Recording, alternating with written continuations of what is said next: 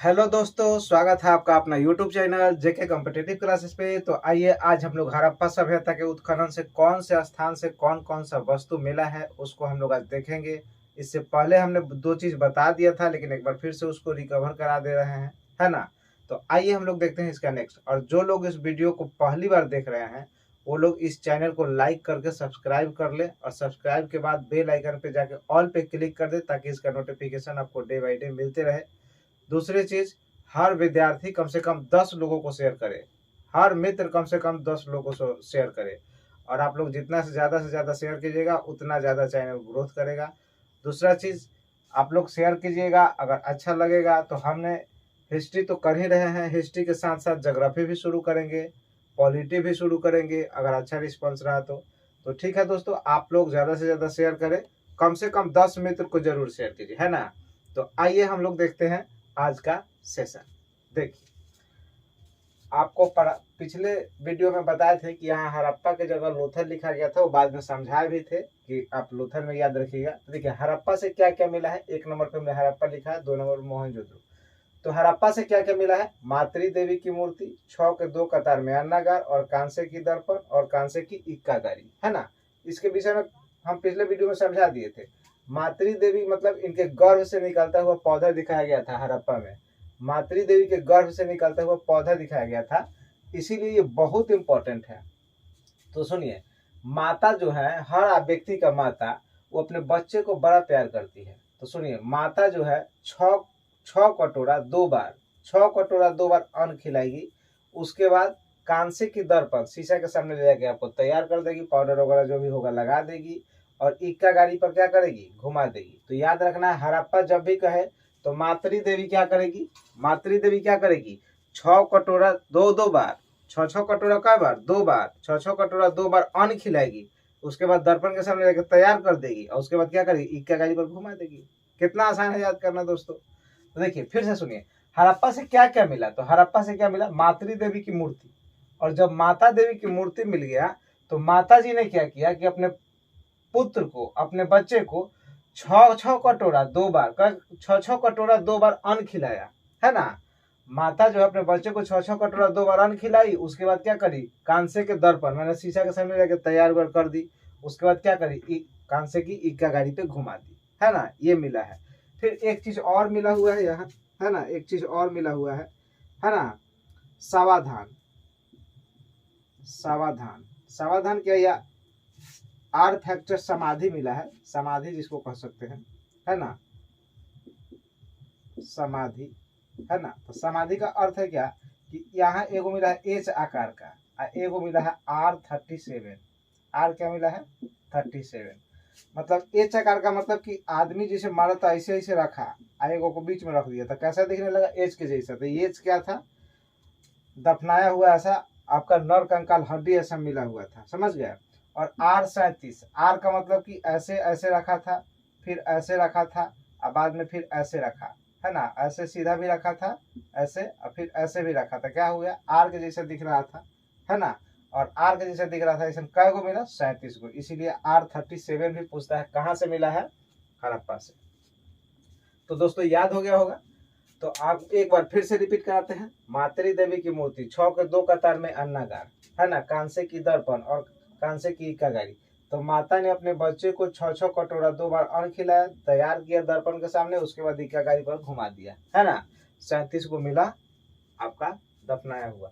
अब देखिए मोहनजोदड़ो पर। तो मोहनजोदड़ो में कांसे की नर्तकी, नर्तकी का मतलब नाचने वाली, है ना। तो कांसे की नर्तकी क्या की पहले? तो सबसे पहले इसने क्या की? कांस की जो नर्तकी थी उसने सबसे पहले बृहत स्नानागार मैंने स्नान किया। उसके बाद क्या किया? सूती वस्त्र पहना। उसके बाद क्या किया? पशुपति शिव की पूजा, और तब विशाल अन्नागार मतलब खाना खाया। पूजा के बाद खाना अन्न खाएंगे, अन्न ग्रहण करेंगे, यानी विशाल अन्नागार। और तब अन्न जब खा लेंगे, सब काम हो जाएगा, तो कहाँ जाएंगे? ऑफिस में जाएंगे। ऑफिस में काम काज करेंगे तो क्या करेंगे? मोहर लगेगा। तो कौन ऑफिस में जाना है? तो मेसोपोटामिया के ऑफिस में जाकर मोहर लगाना है। किस ऑफिस में? मेसोपोटामिया के ऑफिस में जाकर मोहर लगाना है। और उसके बाद क्या मिला है? नरकंकाल। तो ये इतना सामान कहाँ से मिला है? इतना सामान आपको मिला हुआ है मोहनजोदड़ो से। एक बार फिर से, कांसे की नर्तकी, देखिए यहाँ कांसे की मातृ देवी है। मातृ देवी का मतलब कि मातृ देवी के गर्भ से निकलता हुआ पौधा दिखाई, इसीलिए माता को जननी बताएगा। पिछले वीडियो में सब समझा चुके हैं।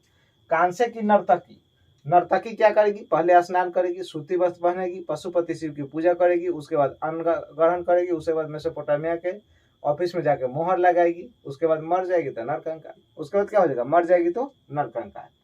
तो एक बार फिर से, कांसे की नर्तकी क्या करेगी? बृहत स्नानागार, मैंने पहले स्नान करेगी। कांसे की मूर्ति शुरू कैसे क्या करेगी? पहले स्नान करेगी, उसके बाद सूती वस्त्र, उसके बाद पशुपति शिव की पूजा, उसके बाद विशाल अन्नागार, उसके बाद मेसोपोटामिया का ऑफिस में जाके क्या करेगी? मोहर लगेगी, मर जाएगी नरकंकाल। मर जाएगी तो क्या हो जाएगा? नरकंकाल। तो हो सकता है आप लोग इस चीज को देख लिए होंगे, है ना? तो आप इसे नोट कर ले, नोट कर ले, स्क्रीनशॉट मार ले, है ना?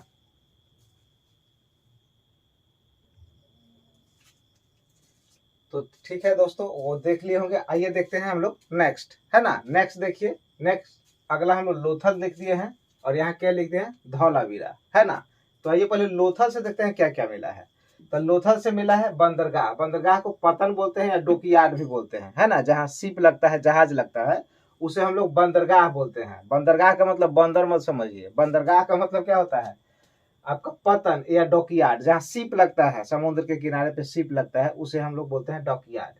उसके बाद क्या मिला? युगल सावधान। उसके बाद क्या मिला? अग्नि कुंड। उसके बाद क्या मिला? हाथी दांत स्केल। तब विभिन्न प्रकार के वाट, वाट मतलब बटखा रख के जो होता है वो मिला है।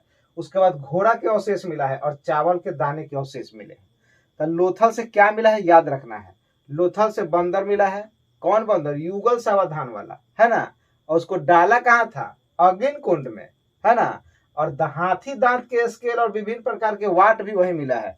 घोड़ा के अवशेष और चावल के दाने कहां से मिले हैं? लोथल से। फिर से एक बार सुनिए, बंदर का युगल सावधान कहाँ हुआ? अग्नि कुंड में। बंदर का युगल सावधान अग्नि कुंड में मिला, है ना? बंदर का युगल सावधान कहाँ मिला? अग्नि कुंड में। अग्नि कुंड मतलब क्या? स्वाहा, है कि नहीं? अग्नि कुंड में मिला। और वहां से क्या मिला? हाथी दांत के स्केल मिले, विभिन्न प्रकार के वाट मिले, और घोड़ा के अवशेष या चावल के अवशेष, इतना चीज मिला है। अगर नहीं याद रखता है तो सुनिए, लोथल। लोथल का मतलब लोथ आदमी। तो लोथ आदमी जहां रहेगा अस्थिर रहेगा। तो लोथ आदमी को क्या किया गया कि अग्नि कुंड में हवन करने के लिए बैठा दिया, है ना? अग्नि कुंड में जो हवन होता है, हवन किया जाता है, उसके लिए अग्नि कुंड में हवन करने के लिए बैठा दिया, है ना? एक गोड़ा ने युगल सावधान, दो गोड़ा के बैठाया। युगल मतलब सावधान, है ना? स्वाहा। तो अग्नि कुंड में हवन करने के लिए दो गोड़ा के बैठाया। कहाँ? लोथल में। तो लोथ आदमी अग्नि कुंड के साथ बैठा था युगल सावधान करने। कहाँ? बंदरगाह पर, समुद्र के किनारे एक बंदरगाह पर लोथ आदमी युगल सावधान के साथ अग्नि कुंड में हवन करने बैठा था, और वहीं नाप तौल सब करता था। वो बैठे बैठे, चूंकि शरीर तो चलेगा नहीं उसका, तब बैठे बैठे नाप तौल सब कर रहा है। तो हाथी दांत स्केल और विभिन्न प्रकार के वाट का प्रयोग भी बैठले बैठले लोथल जो है तो करेगा, है ना? और वहां से क्या मिला? खाए ला चावल के दाना मिला। क्या खाएगा? चावल। तो चावल के दाना भी कहाँ से मिला? लोथल से मिला। तो इतना याद रहेगा। एक बार फिर से, बंदर जो है, देखिए अग्नि कुंड में हवन करने के लिए लोथ आदमी, लोथल माने लोथ आदमी को बैठाया गया, समझ गए? और लोथ आदमी जब अग्नि कुंड में हवन करने बैठा, तो युगल का मतलब दो गोड़ा बैठा, युगल सावधान, है ना? युगल सावधान बैठा। कहाँ बैठा? समुद्र के किनारे बंदरगाह पर बैठा, बंदरगाह पर बैठा। अब बैठले बैठले जब शरीर ने चलेगा तो नाप तौल की इकाई भी वही था। हाथी दांत स्केल और विभिन्न प्रकार के वाट का प्रयोग भी वही करेगा। बैठले बैठले देह तो चलेगा नहीं, है ना? और घोड़ा के अवशेष और चावल के दाने का अवशेष दोनों मिला। अच्छा, क्या घोड़ा हड़प्पा सभ्यता में था? नहीं था। मेसोपोटामिया से लोग व्यापार करने यहाँ आए थे, चूंकि बंदरगाह था लोथल। लोथल क्या था? बंदरगाह था।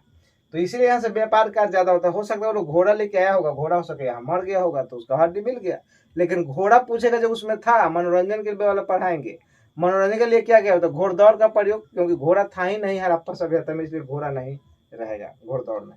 ये वहां से मिला था, यानी वहां से आया होगा तो मरा। तो चलिए इतना देख लिए, आगे इसमें आते हैं धौलावीरा में। तो देखिए धौलावीरा बड़ा इंपॉर्टेंट है, सबसे ज्यादा इंपॉर्टेंट है। और ये धौलावीरा कहाँ? गुजरात में, आपको समझा दिया है। धौलावीरा को वर्ष 2021 में क्या किया है? विश्व विरासत, विश्व विरासत में शामिल किया है। और विश्व विरासत में एक कौवा है, 40वां है।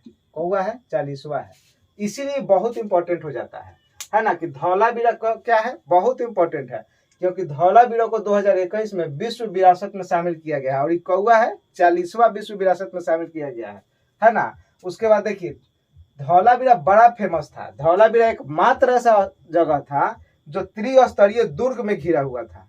धौलावीरा एक मात्र ऐसा जगह था जो त्रिस्तरीय दुर्ग में घिरा हुआ था।